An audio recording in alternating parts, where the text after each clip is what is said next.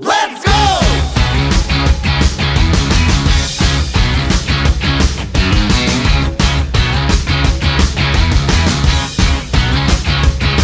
Let's go!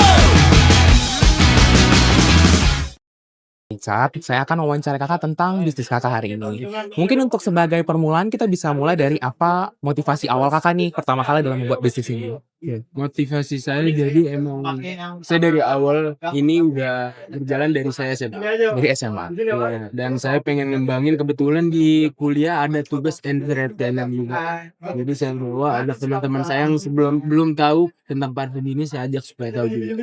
Oke, kalau buat motivasi tuh pastinya kita kan punya teman atau orang yang di lingkungan sekitar tuh punya masalah bau kaki ya. Mungkin itu habis olahraga atau habis aktivitas yang berlebihan. Nah, jadi parfum ini tuh dibuat biar orang tuh saya rasa males banget buat cuci sepatunya. Jadi parfum ini dibuat biar kita lebih efektif buat orang-orang males. Jadi bisa menghilangkan bau kaki itu sendiri dan bisa menimbulkan aroma-aroma segar gitu sih. Sebenarnya kita cuman kepikiran kan banyak yang mau buat tato juga, terus banyak yang mungkin gak suka sama jarum dan permanen, jadi kita bikin yang emang sementara.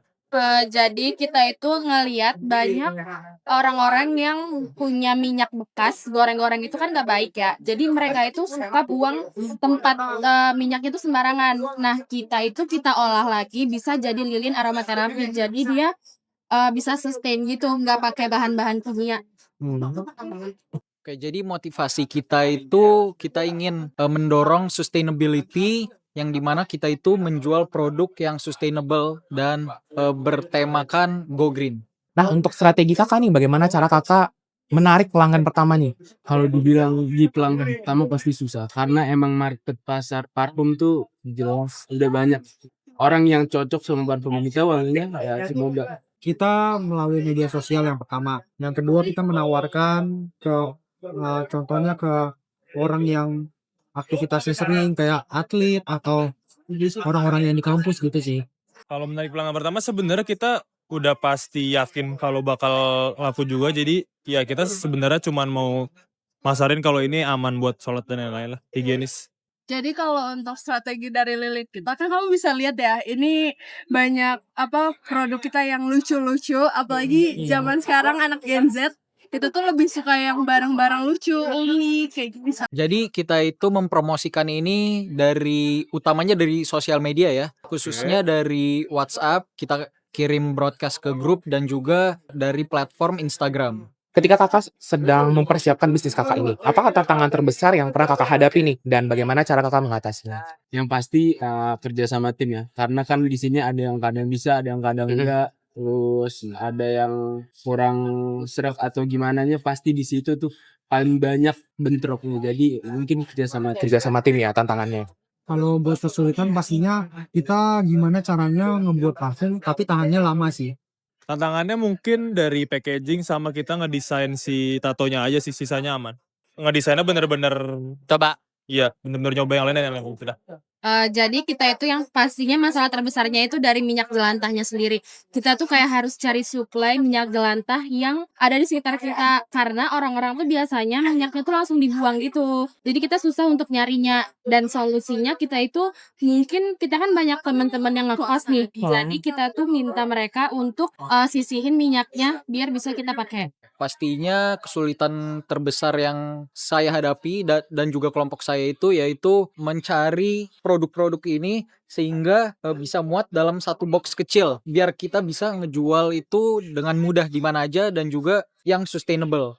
Selanjutnya apa nih pelajaran yang berharga dari pengalaman yang udah bisnis kakak jalankan ini? Kalau dibilang pengalaman kita juga belum begitu panjang sih ya. Masih baru lagi nih malah. Itu baru banget. Iya, masih baru banget. Yang paling berharga menurut saya harga itu paling utama sih. Dimana harga kita lebih murah, pastinya produk yang kita jual akan lebih ramah gitu. Pelajaran insight mungkin kita kan ini kita juga agak lama prepare-nya. Mungkin pelajaran buat kedepannya kalau bikin sesuatu jangan deadline gitu sih. Untuk pelajaran yang paling berharga bagi kita, karena kita ada beberapa kali gagal juga ya kan. Jadi kayak harus tetap semangat terus, yang kita harus nyoba terus sampai berhasil. pastinya planning, kita harus memilih strategi yang tepat dan juga mengutamakan teamwork. Nah, mungkin apakah ada tips untuk adik kelas yang mau mulai bisnis nih, Kak? Misalnya saran yang paling penting nih dari Kakak. Yang pasti harus ngikutin tren zaman sih. Ngikutin dengan kayak misalnya jualan di hari online, harus masuk pasar dari online dulu. Terus semua serba online itu kayaknya wajib. Karena emang pasar kita sekarang market serba online juga. Mungkin harus diperbanyak research dulu. Setelah research baru kita cari target pasar yang ada, terus baru kita eksekusi. Mungkin kita sesama startup juga, sama-sama buat juga, cuman mungkin pantang menyerah aja sih, kan bakal banyak tantangan juga. Nah, kalau untuk tipsnya mungkin kalian pertama harus cari tahu dulu tren-tren yang ada di zaman sekarang. Karena kalau kalian nggak ada ngikutin tren itu agak susah. Menurut saya itu kalian harus research target pasar kalian. Jadi kalian itu tahu apa yang harus dijual dan juga kalian harus bisa menyelesaikan suatu problem dan kalian itu ngasih solusi ke problem tersebut.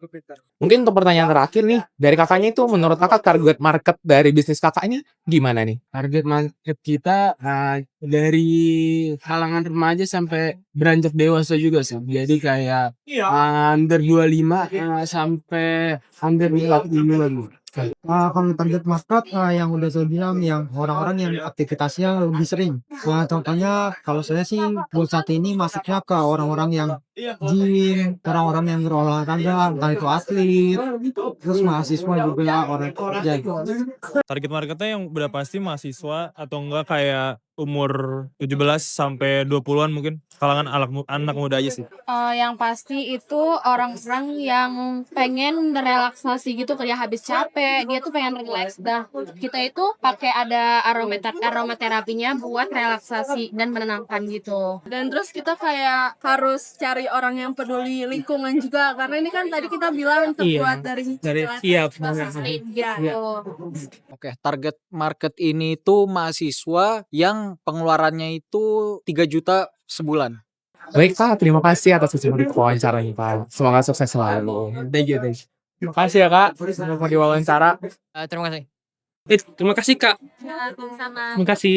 Makasih banget Kak buat wawancara singkat ini tentang produk Kakak, Art Kind. Jadi sekian terima kasih.